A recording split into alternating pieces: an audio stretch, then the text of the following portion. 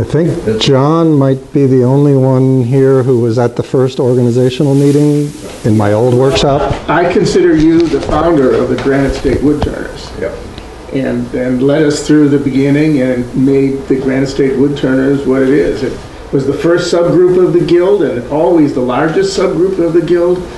And now it's 28 years, 30 years later. Responsible for the symposiums. Yeah. Thank you very much for your huge efforts on that. It's been a great career in all sorts of ways, as a wood turning career and being part of the guild and from the beginning. And you were also on the scholarship and grants committee when I first joined the board, and when we had that committee. Which was a spin-off from the first symposium we had. We've always used parts of the profit to fund the scholarship thing. Now most of the money comes from Al's operation at Sunapee for that, I think. Well, I want to thank you back because I got one of your grants and it paid for wooden boat schools. Oh, that's right. Yeah, I remember that. Right, yeah. I remember that. Yeah, it's been a lot of years. I've been full-time woodworker, craft woodworker for 40 plus years, and I've been turning for 37 plus years, and I've been making the lampshades for 30 years.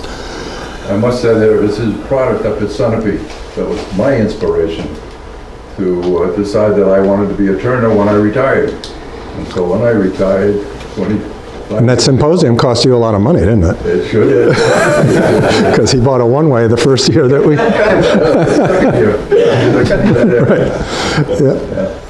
And I complained about the coffee stain on the ways that Dave Lancaster put on it. I'll bet you yours looks a lot newer than mine. Well, what I do is kind of a odd subgenre of wood turning. It's very specific, and it's really the only wood turning I've done has been lampshades and lamp bases for these, well, especially the last 20 years. And you're here, how many, well, a few of you, actually a couple of you have showed me pictures that you've made of made lampshades. How many people here have tried to make a lampshade? 3, 4? That's pretty good. Very few people even try it after my demos, so so you know, for some of you, you'll learn how to make a lampshade, but hopefully what you learn are some tools and skills and approaches. The idea of just getting an idea and sticking with it to figure out how to make it work, and what else? And there's going to be a lot of little tips that you'll pick up. Even how I use a gouge, which is, anyway, you'll see all that stuff as we go along. I'm going to refer to my notes because the last time I demonstrated was 4 years ago at the symposium, and I don't do it very often. So I'm retiring at the end of the year. At that point, I may make a small number of shades after that for either myself or for relatives getting married or benefit auctions, but that's when I'm going to stop selling shades. The reason I'm stopping is it's just killing my back, and just it's time. I've made now over 2,100 shades. Wow. That seems like a crazy high number, but you just do it long enough. I make between 70 and 100 shades a year. And you do that for 30 years, and you end up, do the math, you end up with that number. So what's a typical block of wood weigh when you first start out? Like the one on the... This one probably only weighs 60 pounds, something like that. But the really big ones, when they're really green wood, can weigh over 200 pounds when I get a bump on the lathe. So that's a winch trolley system, and there's a specialized gadget that a friend helped me engineer to pick up the logs to get them up here. This one was small enough that Todd and I just want to thank Todd. Todd came over yesterday. He's a good friend from Alaska, excellent wood turner, grew up in Warner, and he's here visiting, and he helped me yesterday to move stuff around in the shop and create all this room. So what equipment. Now, if any of you are turning on a mini lathe or even a medium-sized lathe, I wouldn't try to make a lampshade. You're going to just be too frustrated. So the first thing you need is a pretty heavy-duty lathe with, this is bolted to the floor, and it's a well-designed lathe. So a good lathe is kind of a must.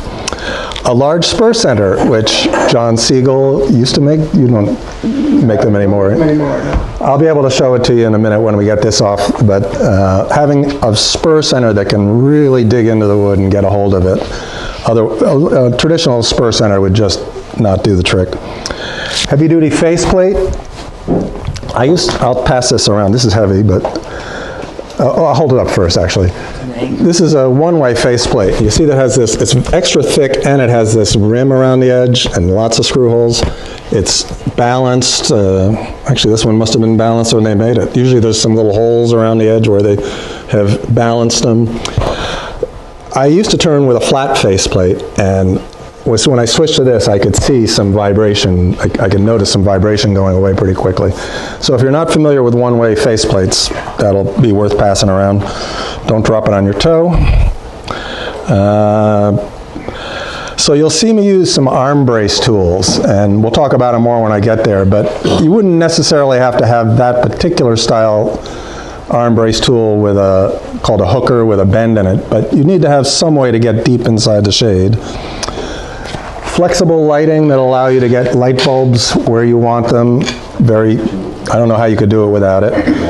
Curved tool rest, a fast sharpening system. I'm not going to spend, especially since your next meeting is about sharpening, I'm not going to spend a lot of time talking about sharpening, but it's John. I've depended on John for a lot of things here. There's so much. So I use a belt sharpening system, and you'll see me do that. But having a fast sharpening system is really helpful. When you start to get a shade thin, it's really important to keep going.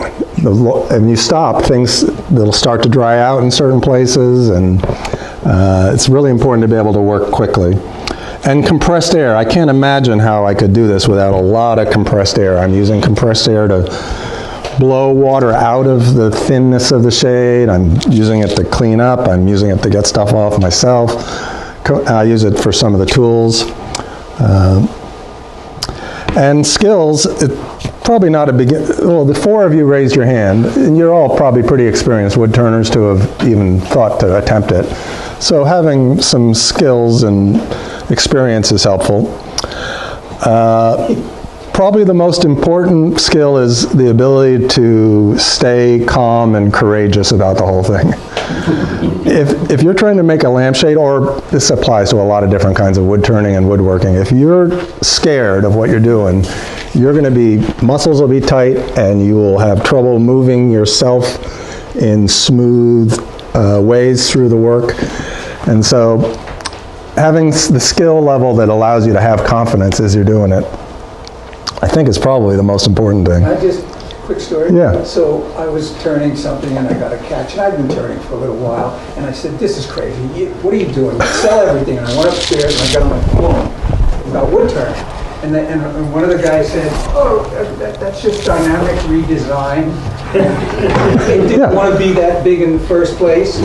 So I went back down and I finally got riding the bevel. I finally got it. And I'm driving up to the fitness center going, I got it. So there's advice out there, and you just got to keep trying. Yeah. Oh. Dynamic redesign. Yeah, it's how these started for me is I used to make lamp bases, all different kinds of lamp bases, and I was never particularly happy with the lamp shades I was putting on them. Either they were really boring, in which case they just didn't seem to come up to the quality of the woodworking, or they were really interesting, but they weren't my lampshades, and then that's what people were paying attention to, is the lampshades and not my beautiful lamp base. So I was always looking for a lamp shade solution, and I used to make hollow cherry burl hollow vessels. You'll see some photos of them there. They were very thin wall, natural edge vessels, and they had to be thin just so they wouldn't crack when they dried. And I started to notice that if I got a light on the outside of that hollow vessel, really close to it, and peeked into the little hole in the top, I could see a little glow coming through the wood. And that was amazing to me, that light would go through wood. It was counterintuitive and revelatory. And I started experimenting with making lampshades right away at that point. It took me 5 years to figure it out, and I figured out how to make the shapes and how to get the thinness, but they weren't very translucent. Almost not even, in fact, like if that shade over there was on and if that was made out of maple, you might not even know if it was on or off. Everything else about it being the same. Aspen was the key, and I discovered aspen in this workshop. I was doing a demo. I used to, after the craft fair at Sunapee, this is 30 plus years ago. At that point, I was really the only wood turner at the craft fair. Gordon Keeler made salad bowls, so there were two of us. And most people really didn't know what wood turning was. This is before the AAW had, how many members does the AAW have now? 20,000 members or something. Before wood turning was a known art and craft field. John was, of course, a wood turner way before that. Before the Renaissance. Yeah, before David Ellsworth, let's say. B.E., before Ellsworth. And so I used to invite people to come into my workshop the weekend after Sunapee to just see. I was just making shavings fly, you know, like you all do at Sunapee now. There wasn't Al before that, so there wasn't the big program at Sunapee. And I would have two groups of 40 people crammed into here watching me just do bowl forms.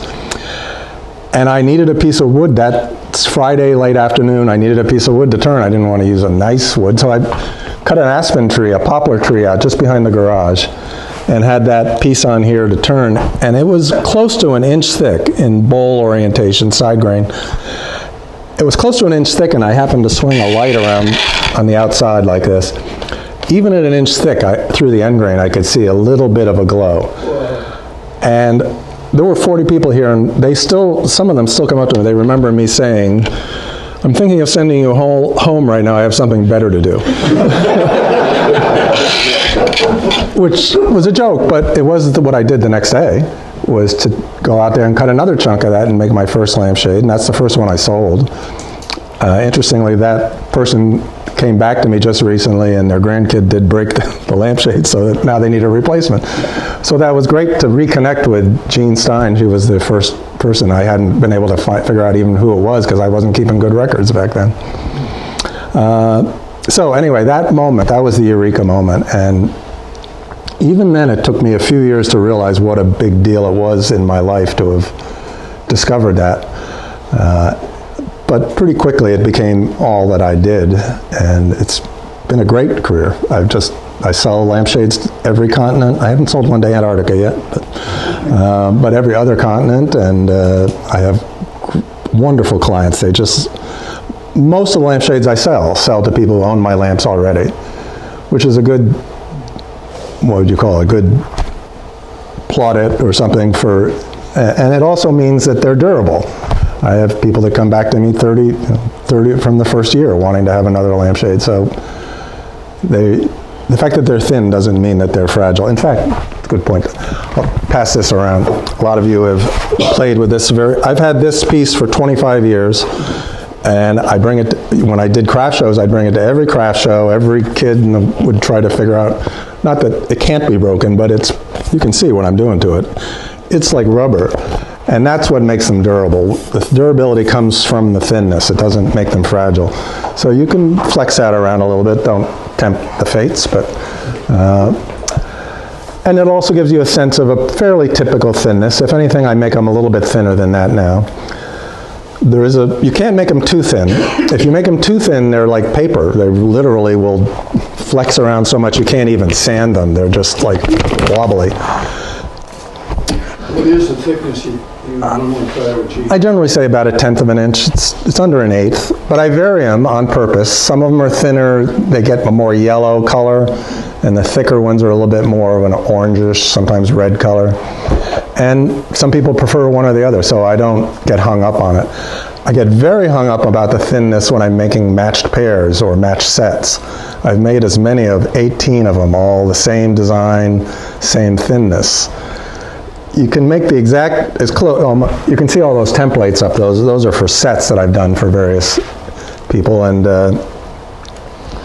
you can have two shades that are pretty much exactly the same shape and size, and if they're off by even 1/100th of an inch in thinness, it'll be very noticeable. One will be redder and one will be yellower. So that's the one time when I really focus on the thinness issues, is to try to get them down to to be matched. Sorry. When you get close on the thickness, do you always take from the outside, or do you ever take from the inside, or Inside.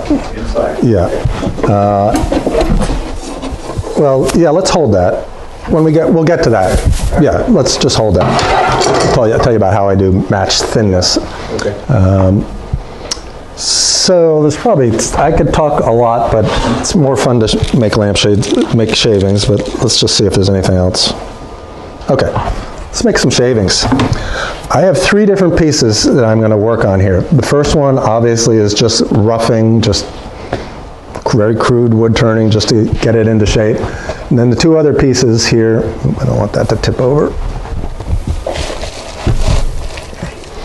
All right, other stages. So we'll do the roughing, and then we'll do some finished shaping on the outside, getting that part done, and some rough hollowing. And then the third one is when we'll get down to that's the fun part. You gotta wait till the end, when we get it down to thin.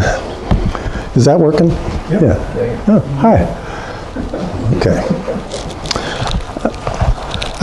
I'm not a big proponent of using gloves because you really want to be able to feel what you're doing, but for this work, there's so many shavings that come off that they actually abrade my skin.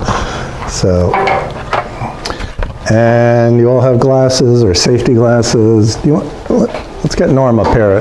Al, can you toss a pair of safety glasses over? Anybody else need it? Actually, I'll just take the tray.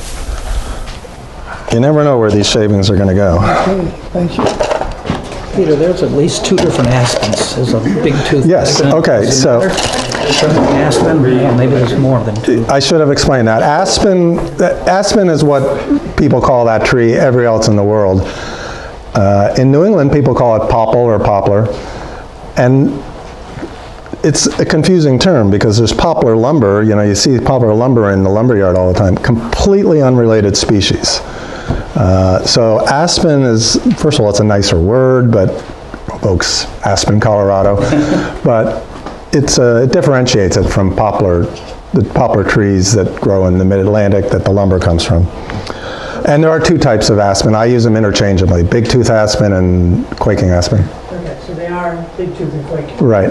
I used to try to keep track of which logs were which and which shades came from which. It was really hard to keep track, and at some point I just said, screw it. They all look the same to me as finished logs. They're turned the same, yeah. Incidentally, they're the wettest species of wood in North America as a growing tree. They have the highest moisture content. Almost for sure there's a relationship between that high moisture content as a growing tree and the resulting translucency. Bruce Hoadley used to come do some demonstrations for us, a very well-known wood technologist or something. He described it as, there's a word for it. When you take a piece of paper and dip it in water and hold it up in the air, you can see through the paper more. That quality of translucence is connected to something having to do with water. Even though, in this case, this log was cut a 1.5 years ago, and it's not dry at all. If it was dry, it would have cracks in it. But it's already drier than I typically would work with. But it's the logs I have. As my career is winding down, I'm trying not to have too many logs out there. Okay.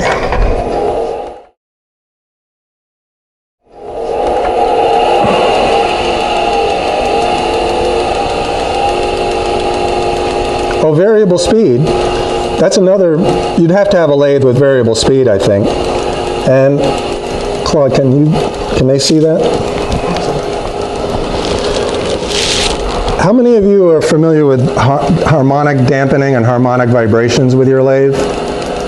You notice when you turn the speed up, there's places where probably, you see this start to wobble? That's my indicator, actually. It's very scientific. When I see my lights wobble around, that means I'm in a harmonic vibration mode. And these marks here are harmonic dampening speeds, and I'm always trying to get the lathe onto those speeds. But I'm also trying to turn as high a speed as I possibly can. The vibrations that transmit into my body are going to be less if this is faster. And I'm just using a bowl gouge straight on. It's basically a scraper. It's a scraper with a longer angle than a scraper normally would have. By the way, there are more chairs up here. You might hear me, and if you can't hear me, make sure you tell me.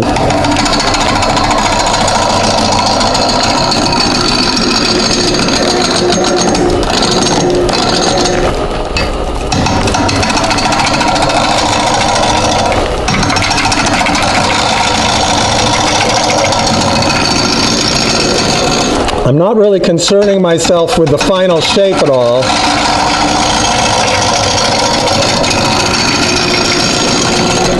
I'm really just trying to get it down to be a chewed up cone shape. It doesn't have to really be a cone, but it's something cone-like.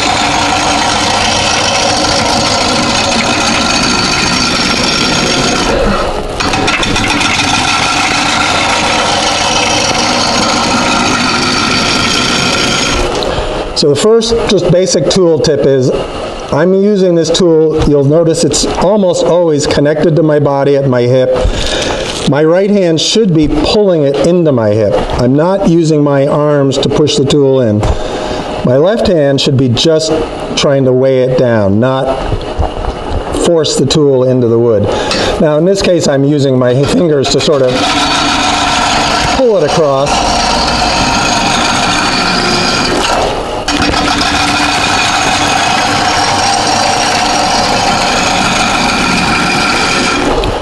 So that's a very crude form of wood turning, as crude as it gets. And the surface here is going to be ripped to shreds, because all I'm trying to do is get it down to something functionally cone-like.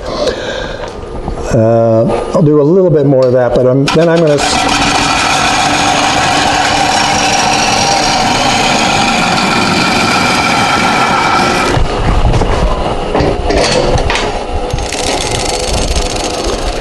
I'll end up standing in the way of some of you, but so now I'm going to use the gouge riding the bevel this way just to get a little bit of a smoother surface. I want to be able to see this surface right now well enough to be able to tell if there's any defects, if there's colors, patterns that I might want to try to feature a little bit. So is that... Maybe get higher up and point it down.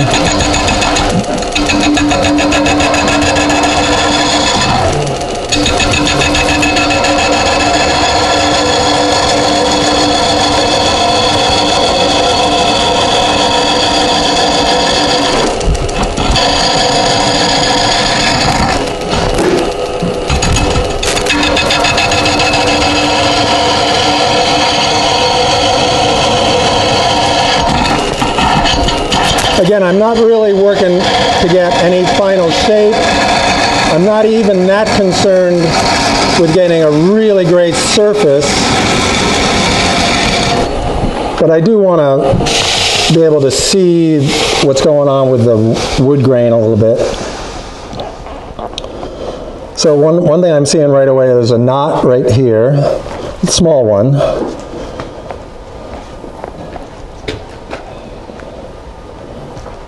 But that's good enough for now. And then I true up the face, and I true up this face, which is where the face plate is going to go. I'm not going to do that step right now. I don't want to take too much time on this part. In fact, I'm not going to do either of those steps, but I would normally true up this face, and I'd true up this face with a slight concavity to that end, and it would be just over 6 inches wide. My faceplate's 6 inches, so I'm sizing this end so that I can put my faceplate on there and really get it centered correctly on this end. And it's important that it's concave. I want that faceplate to sit on its rim, not have any chance of rocking on the middle. Okay, let's... Do you leave knots in, or do you try to turn them out? Say it again, Gary? Do you leave knots in, or you try to turn them out? Oh, well, yes, to both. This is a small knot, so I actually would like that feature. As I start to get the shape will get smaller here. Is that knot going to get bigger, or is it going to go away? So what I would probably do is look at it really closely. I might even measure how wide it is across there and then take off a little more wood and see if it's getting bigger or smaller, and also whether the knot is headed off that way or this way. If I was paying attention to what which was the big end of the tree, I would know that if this was the top of the tree and that's the bottom, the knot would almost always go that angle. Peter, does it make a difference in your lampshade whether the tree is going up or going down? No, except for the knots, Yeah. but I never really keep track of that, but if I did, I would. If the knot gets to be too big, that's a big problem for me. It means I'll either make sconces out of this shade, I can cut it in half and get rid of that. I might radically change the shape of the shade. So if I'm making a matched pair for someone, I usually start with 3, because it doesn't happen too often, but sometimes there'll be something in the wood that will mean one of those won't work, or won't work for the shape I'm trying to make to match. But small knots are cool. There's a photo on the right side there, kind of second from the bottom, yeah, that one. That's a big knot. That was very early on in my career. I know who has that lamp, and it's fine, but when they get to be too big, the wood is moving a little bit as it expands and contracts. That knot is like a rock in there. It's not moving, and theoretically it could separate out over time. Do you find that they crack on you in process? Not with aspen, The knots or the shade? the knots. No. Okay. No, they're pretty, I find in wet, soft maple, yeah. I'm trying to keep it. I want that blend in there. Yeah. Next thing I know, it's got a radical crack right across it because it is in fact. Well, I will, maybe this would help. I would typically use thin super glue here and just try to impregnate that area. I'm not less worried about the knot cracking, but the area around it can get little tear outs because the grain is going this way. And the super glue can help stabilize that. Also, this is a good example. This one, these shades, these all came from one log, and it's older than I typically use. So right there is a section that's a little bit punky. It's still hard, but before I get to the final cuts, I would soak that area with some thin super glue too, to make it harder. Yeah, thin super glue is my friend. Does it show up in your thin lamp shades as far as light transmission or anything? I mean, yes, if I'm not careful about where I put the super glue, it can be more translucent in those areas where the super glue is. So I have one of those little, like a little wire tip for the super glue bottle, like a little, so I can pretty precisely put it in there. And I try to just put it where I want it. And I also don't put it on when it's before the finished cut. I want to cut away at least a thousandth of an inch of wood off of that surface where the super glue was. Did someone else say something back? No. I think rather than do rough wood turning, let's take this off. Yeah.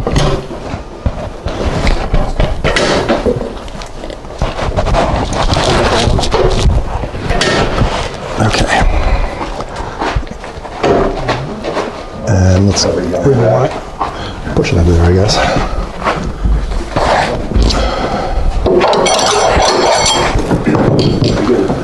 I'll pass this around. So this is one of John's incredible. I love these. You have the extra long spurs. Yes.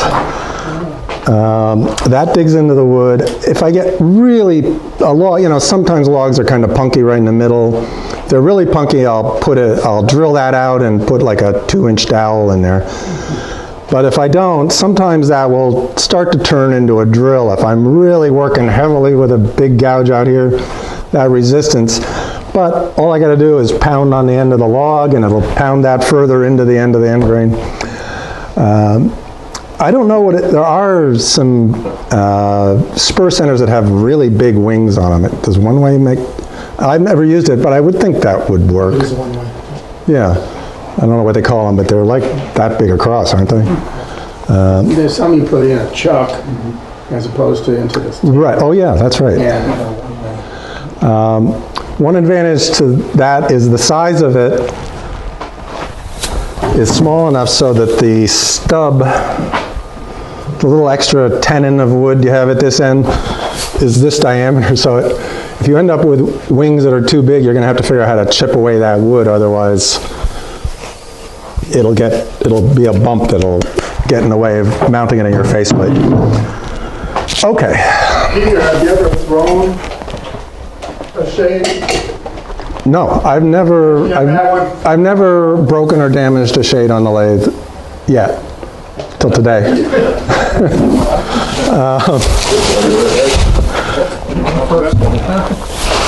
I've got this. I can do this one. Thank you. Okay, so this one,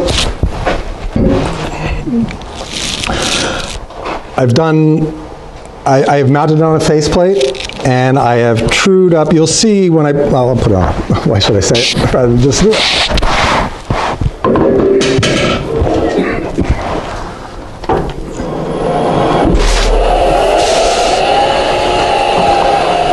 So when I put it back on the lathe, after putting it on the faceplate, no matter how hard I try, it'll be slightly off center. So you'll see right here, you can see it wobbling here. It's not a lot, but it's definitely out of center. This part over here, I did already true up again when I was getting ready for the demo.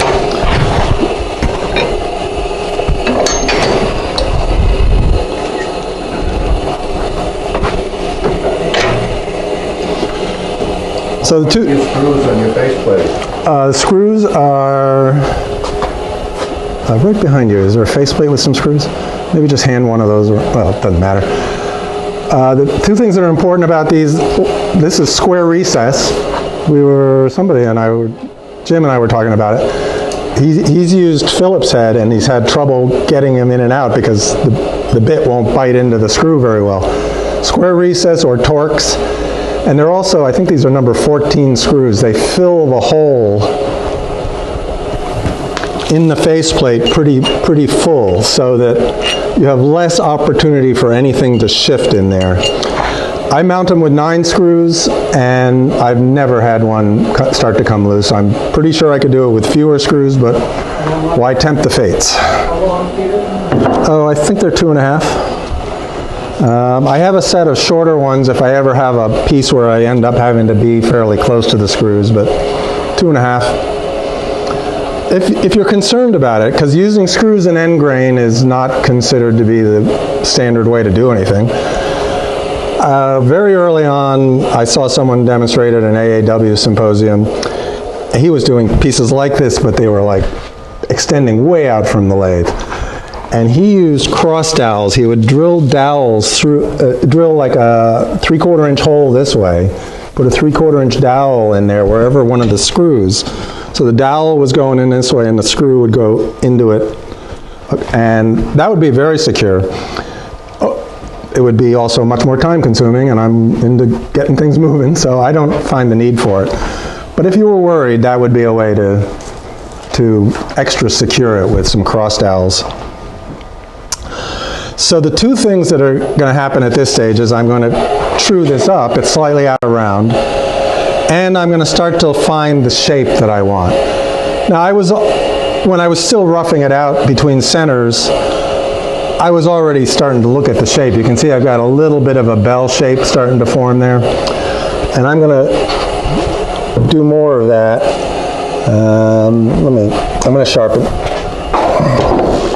All of my gouges are either gold or black, except for this black wolf, lone wolf. Black sheep. The black ones work on that sharpening block, and the gold ones work on that one.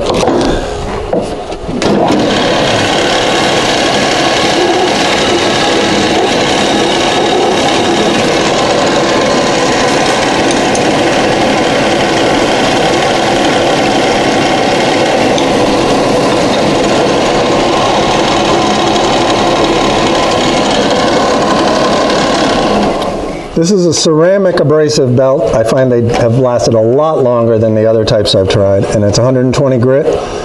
And the left side of the belt I've purposely dulled using my sharpening stone so that this end's more like a strop. And then I've got Tripoli or one of these abrasive compounds on that.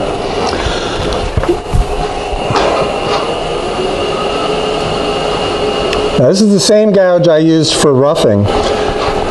And I, for many years, subscribed to the idea that the closer you get to your finished surface, the smaller the gouge you'd want to use. I find I get great results with this bowl gouge, partly because it's just so heavy and massive, and the bevel is long, and so often I get the very best surface using this giant gouge.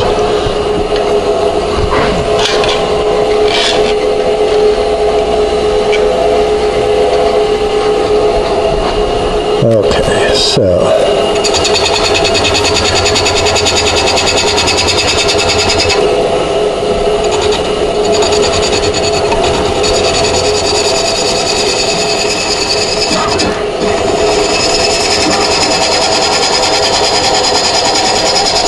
Can you all see that on the screen?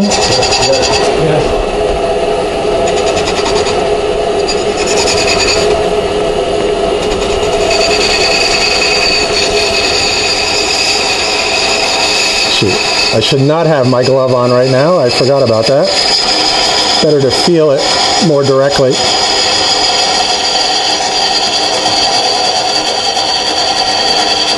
So this is riding the bevel perfectly. My eyes are on the top profile.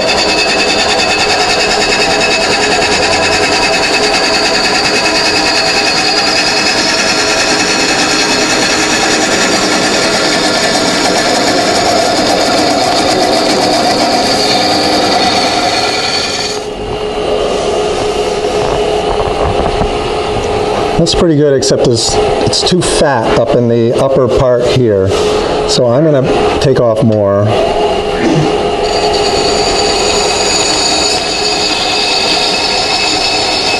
Now I'm curious to see what it looks like on the screen, except I probably should look at the wood.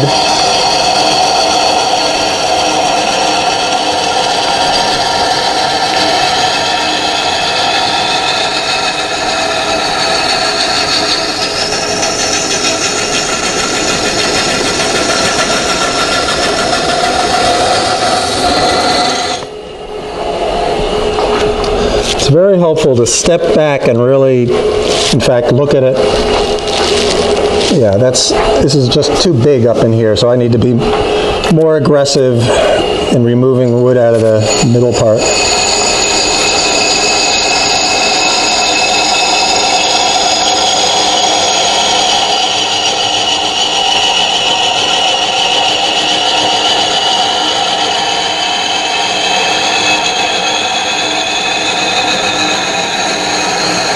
Again, I'm pushing from my hip. My hand is pulling the tool towards my hip. And my left hand is mostly just pushing down on the tool to dampen vibration.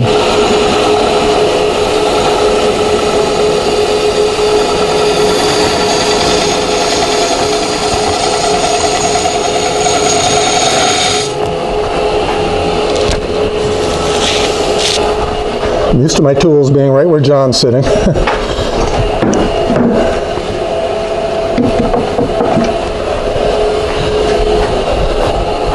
So now I'm using a small gouge with a very long bevel on it. That I find is good for end grain, slicing across this end grain here.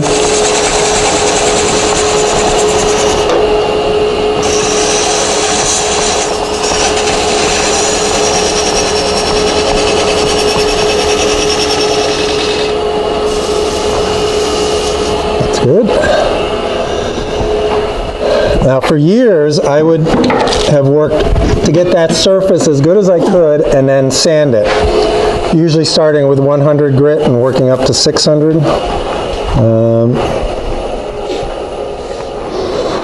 So I guess we'll talk about, well, I'm going to use this, we'll talk more about the arm brace tools when I'm working on the inside, but right now I'm going to put a sharper bit on there.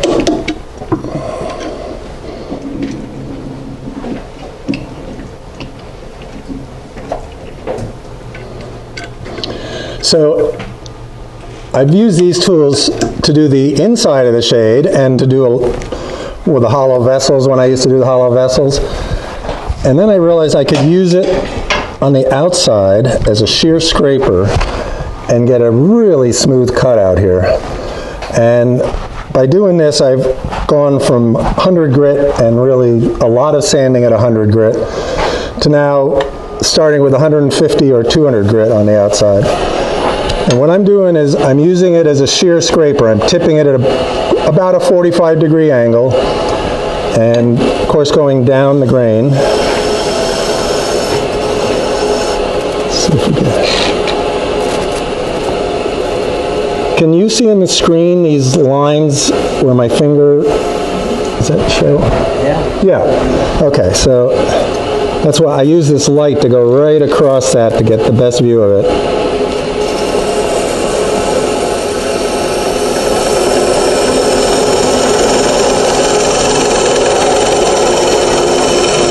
I'm trying not to change the shape at all. You can use this tool somewhat aggressively, but that's not what I'm trying to do. I'm just trying to get rid of those grooves that are like an old LP record. You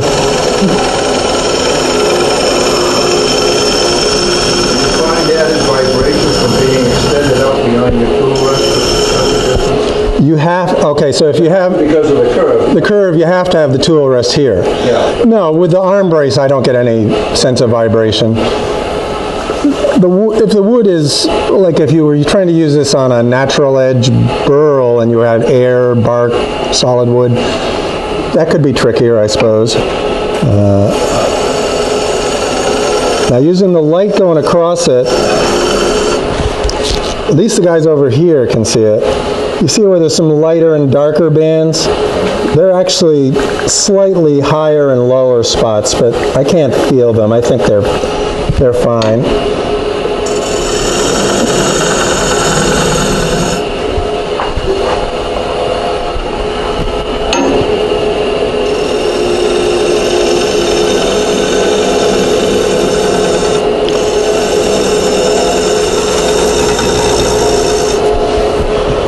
You can see these. Sanding.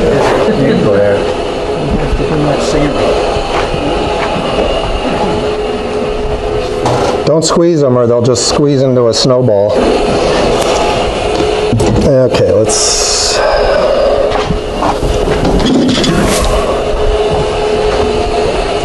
So I'm not going to sand here, but what I would normally do is if this was really wet wood, I might use an air compressor to try to get the surface just dry enough to do a little bit of sanding. It's not necessary. I could do that later, but by doing it now, I've really gotten the outside shape exactly where I want it. More sanding isn't going to change anything other than smoothing it.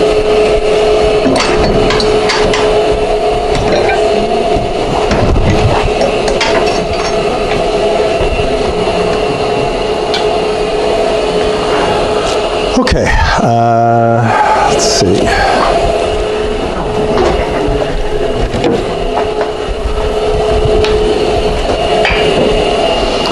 Okay, shavings are going to start going that way. And they're pretty cool shavings.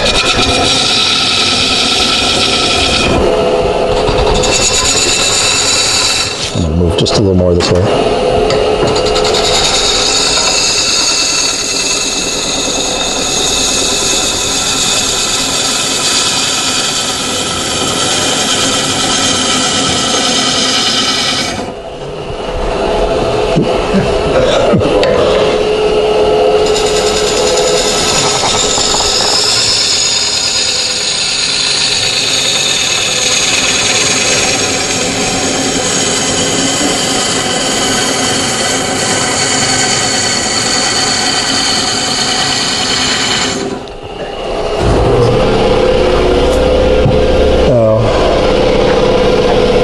Can you pull there's a wedge. Pull the wedge out of under the door. There's a wedge that keeps that door.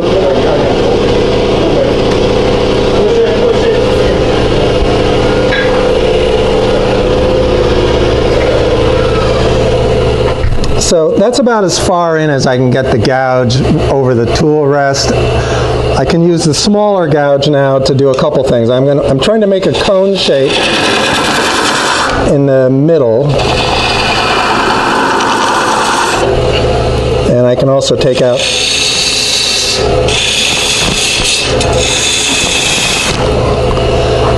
this point, it's easier to use the arm brace tool. Guess I'll put these over.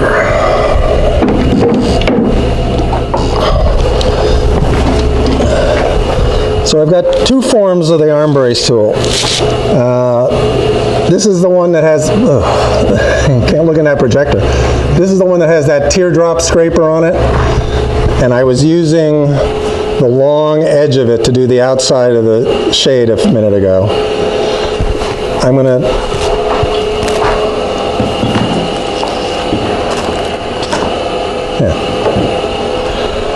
this one, in fact, here's another John Siegel help. This came with a smaller diameter bar, and John made me this extra heavy duty one. And with this one I'm going to use, I call it a spear point scraper. Let's pass.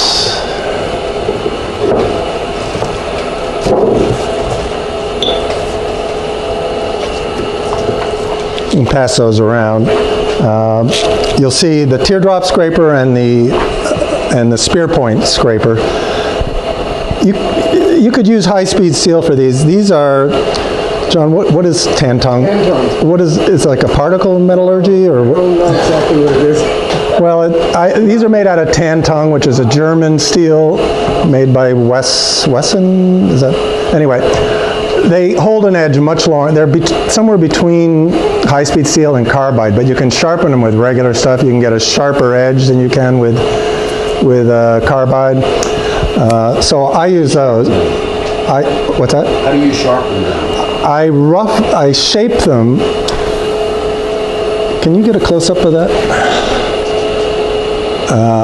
So it comes as square bar stock, and I grind off the bottom. And that's hard with this metal. It's so hard. You can't really make much progress on a regular grinder. I use a abrasive wheel, like a 4-inch. What do you call it? Grinder. What is it? Wide angle grinder? Yeah, that's it. To try to get some of it off before I put it on a wheel. But what I'm trying to do is relieve the underside so that what's presented into the wood is just this tiny little eighth of an inch little part of it. Because you'll see I'm going to poke that right into the wood, and if it was a fat end on it, it would resist.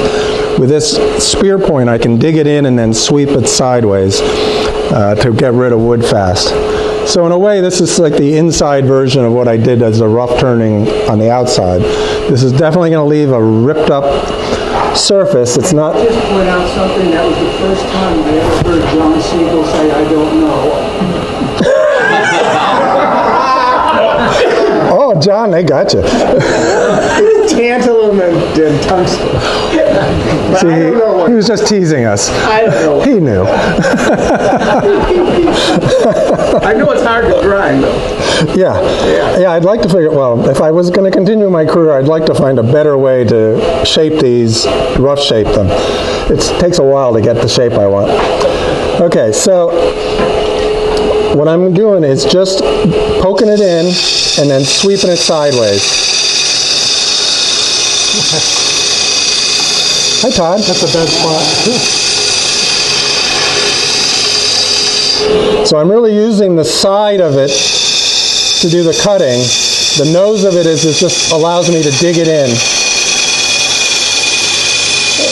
Because you're all wood turners, you know that the end grain, trying to cut into end grain is difficult. But because I'm doing most of the work is going sideways,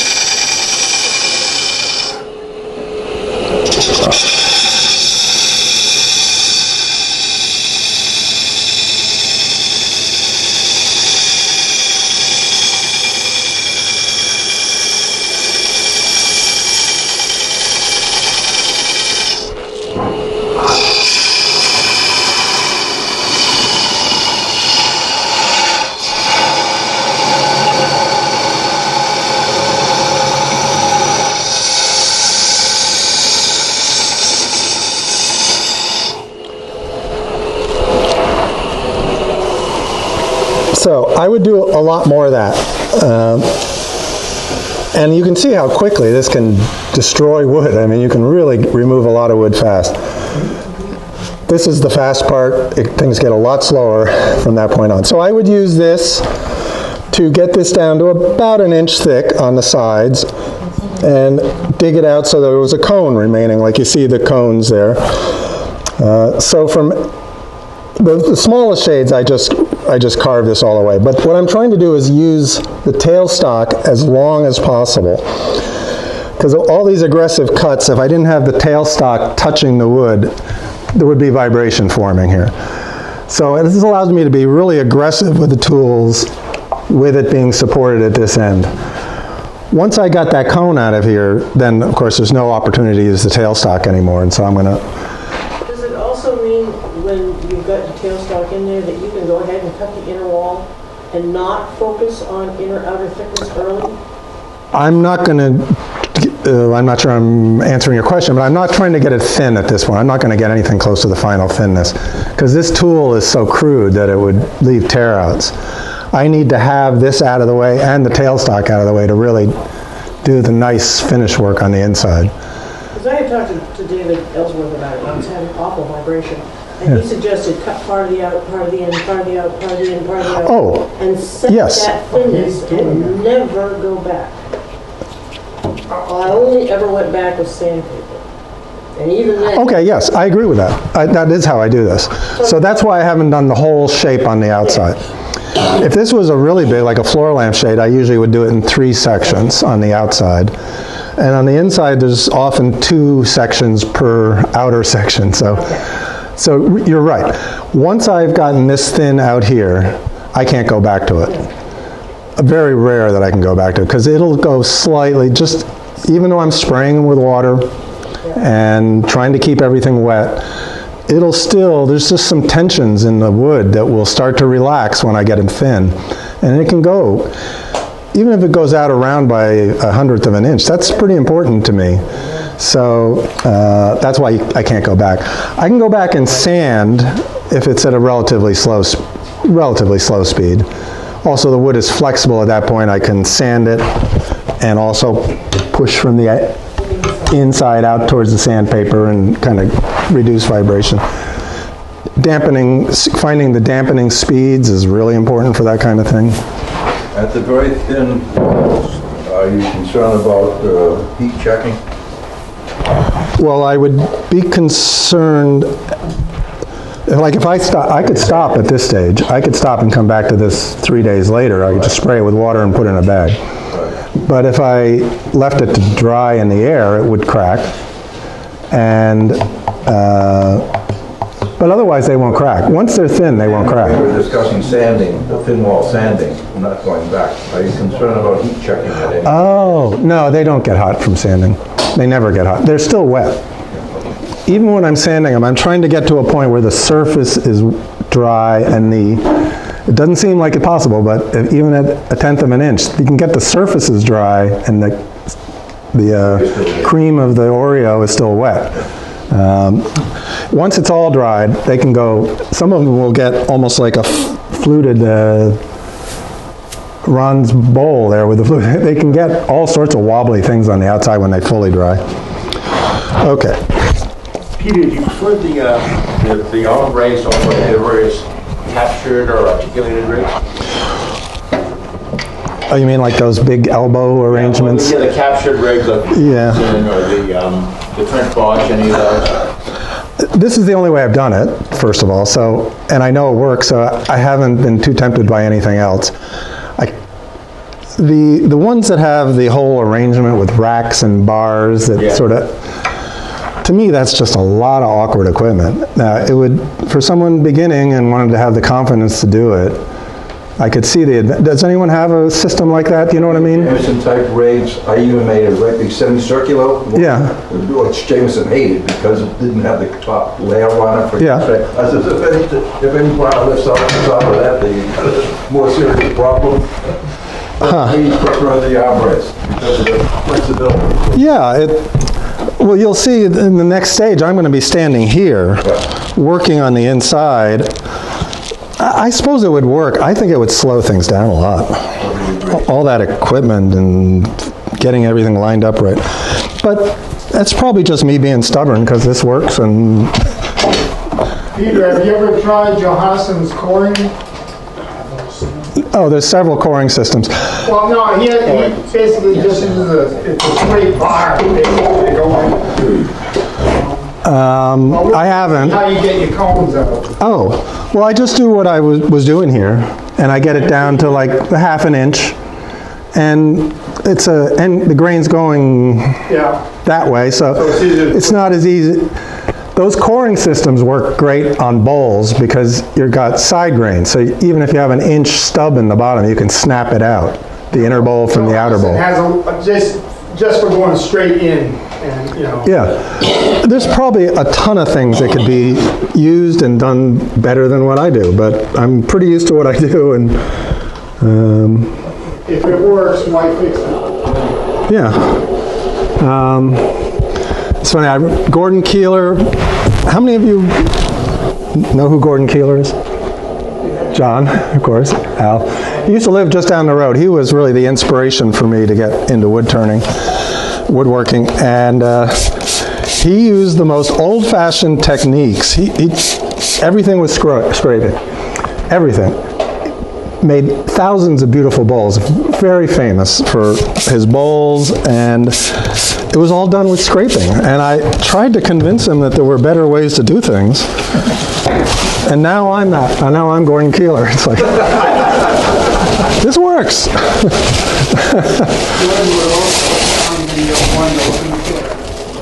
What was it? He would also sound the horn, Jordan. Yes, yeah, he was the one who used to do the horn when he was like, no one will ever beat his record. He had a booth at the craft fair for 54 years.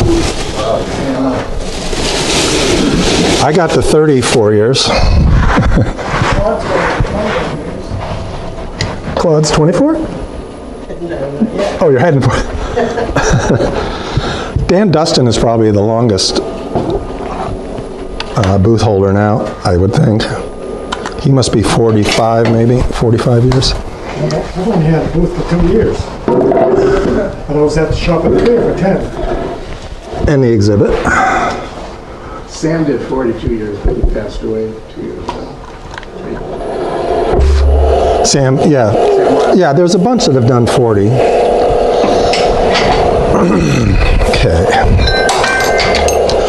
So, what I've done on this that you didn't see is I did sand it with 150 or 220, I can't remember. There was this one, actually the one that I was working on had this, some kind of, I don't know if it's an ant or a beetle, got into these logs and left some relatively large holes. Dust and wood chips in my throat will not help. So in this case, there was a little cluster of those holes, and I filled them with sawdust and super glue. And there was an area that was, I'm not sure I would call it decay, but actually right where the same spot where I impregnated the wood with a little bit of super glue. And then on the inside, obviously I took the cone out and just removed, but it's like an inch thick, more or less. I'd rather not take it any further than that until I'm really ready to go all the way down. In this case, I'm not going to get the whole thing thinned down, so I'm going to spray it with a lot of water and come back to it tomorrow morning or maybe even later this afternoon and try to finish it up.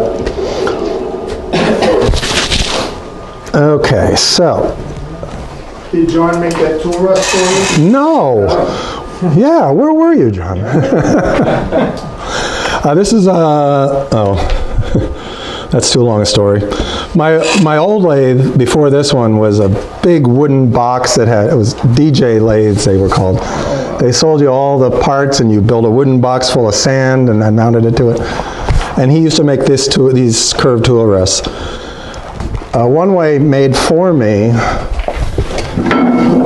this really big version of it. And I use this when I'm making like floor lampshades, big hanging shades, and it allows me to get deeper in there. It actually, the one, I mentioned earlier I'd never broken one on a lathe. The one exception to that is I was inside a big shade working really aggressively, and this blew apart right here. And Oh yeah, it was a big noise. And so a friend of mine, who's a mechanical engineer, he re-welded it and stiffened it. He said, "Why did they build it like that?" So that's the first time I've ever heard criticism of how One-Way built something, but they didn't manufacture those regular. They made a smaller version of that, but that's one they made for me. Also, they made for me this lathe. I don't know if Michelson still makes them, but I've got a couple. We went out and visited him just for about 3 hours, and I came home with that one and the smaller one. Oh yeah, does he make them with rods? Steel rod? Yeah, huh. Yeah, I've never, this is adjustable. You could adjust this in and out. I've never adjusted it. Just use it the way it is. Probably you can't adjust it anymore. It's probably all corroded together in there. So, actually, You were about to say something about the modification that one way did. oh, right. Yeah. How long, you have the long bed, the 42? Extension to it. Yeah, so I have an extension to this. Right underneath the counter where you guys are standing is a 60-inch extension to this. The base part at the end is down there. So I can make this along, when I do floor lamp bases. But and then they make a shorter version of the lathe that's, I don't know, like 22 inches long or something. I got them to make this in-between size for me, which is, it would be, people, you can do it without it, but I can stand right here, lean against the lathe, and everything's in just the right place for me. You don't like the Ellsworth technique of riding the wave? Yeah, ride 'em cowboy. Okay. Make sure I'm doing things in the right order while I'm chatting up. Okay, so we're going to turn the lights off now. This light's, the rack of 3 switches, turn them all down. And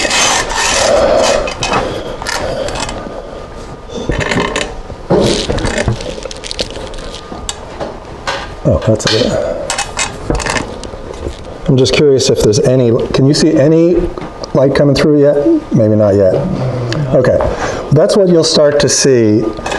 And I would, so there's one empty Shear here, two empty, well that's Claude's maybe, but some of you guys should come over on this side. Claude's doing a great job with the camera. Okay. So,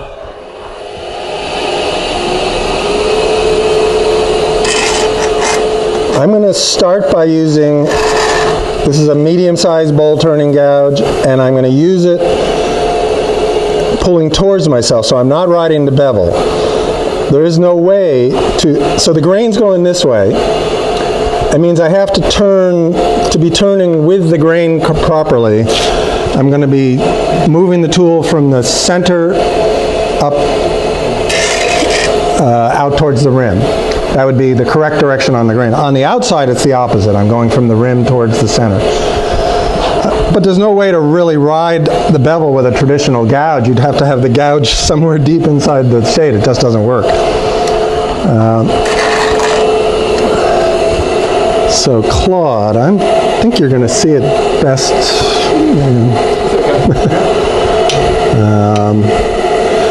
Okay, I got the wrong tool. Rest on here. It's not time for the curve tool yet. Yes, yet. I jumped ahead.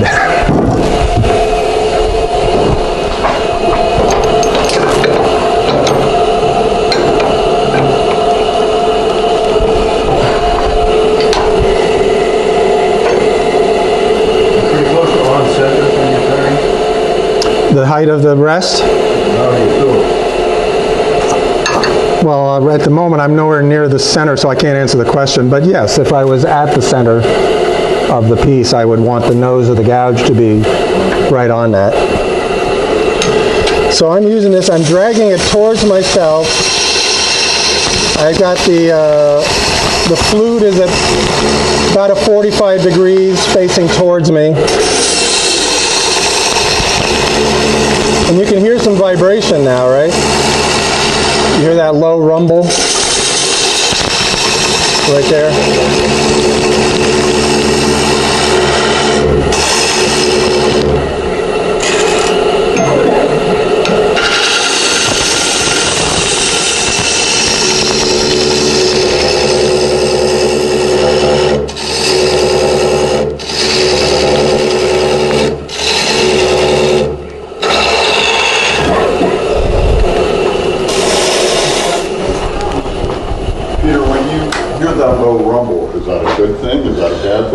Well, it's a bad thing. It's vibration. It's a bad. Oh, so you're saying. It's not many things other than what do you call it, chatter work, where you really want vibration. At this point, I'm not too worried about it, but I'm taking aggressive cuts. When I get down to, well, can we start to see some light? Right there. So, the first time I saw that, that was pretty exciting. I am,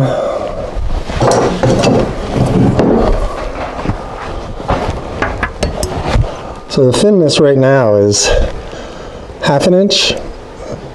Claude, you were a carpenter. 1/2 inch, right? A little less, 3/8? A little less, yeah. Yeah. I'm gonna keep adding water to this. I almost said that, why is it only in that one spot? That's where the light is. Well, you're right, though. But you only see it coming around there Right there, yeah. and there. Of course, we're going to see it everywhere in a bit. But on the outside of this, those happen to be places where it's lighter in color. This log is pretty old. I don't normally work with logs this old. Well, I do, but not all the time. This has got a lot of spalting in it, so that. Would using a single-sided bowl steady on the outside help you dampen that vibration? Would be beneficial? I do actually use one, and I'll show it to you later when I'm sanding them. I don't use it when I'm turning, when I'm removing wood, but I do use it when I'm sanding the inside, because they're so flexible at that point. It really isn't necessary. That's a good question. I'm going to do it and see if I can answer the question better as I'm doing it, because I'm not sure. I just do it. I'm good again. I'm good again. Okay. Let me get that double-ended caliper so we can see where we are right now. I normally wouldn't use these if I was doing a single shade.